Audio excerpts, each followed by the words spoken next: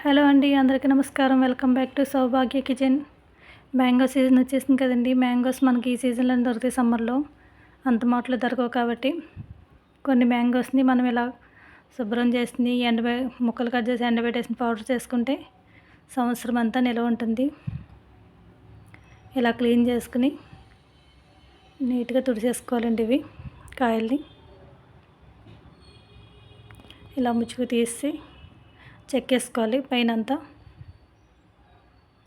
ఇక్కడ జీడి ఉంటుంది కదా, మంచిగా క్లీన్ చేసుకోవాలండి. జీడి అయ్యి లేకుండా ఈ గ్రీన్ కలర్ అంతా చెక్కేసుకోవాలి.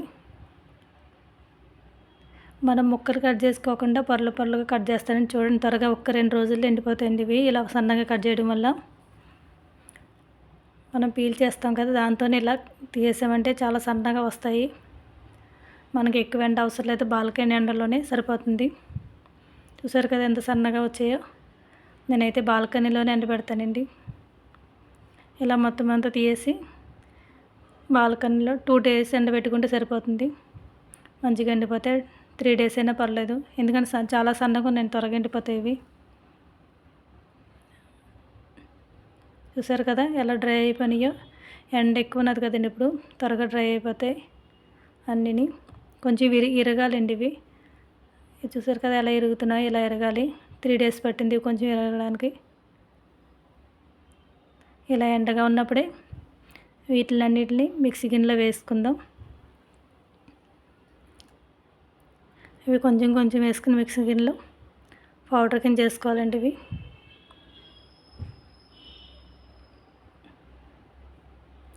మనకు పట్టినన్ని వేసుకుని మిక్సీ పట్టేసుకుందాం. ఇప్పుడు ఇది మిక్సీ పట్టేసాం. చూసారు కదా ఎంత పౌడర్లా బాగా వచ్చింది కదా. మంచిగా డ్రై అయిపోతే ఇలా పౌడర్లా వస్తుందండి ఇది మిక్సీ పట్టాం కదా, కొంచెం వేడి అవుతుంది కదా పౌడరు.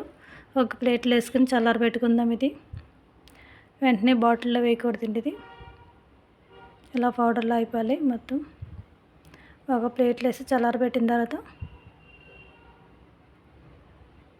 అప్పుడు మనం ఒక బాటిల్లో వేసుకుందాం.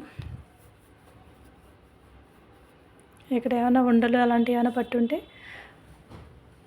నలిపేస్తే సరిపోద్దండి. ఇది స్టీల్ డబ్బాలైనా గాజు బాటిల్లో అయినా వేసుకోవచ్చు. నేను చిన్న బాటిల్లో వేస్తున్నా. ఇది బయట అయితే 6 months అయినా ఉంచుకోవచ్చండి. 1 year కావాలంటే ఫ్రిడ్జ్లో కూడా పెట్టుకోవచ్చు. 1 year కూడా బయట కూడా ఉంటుందండి.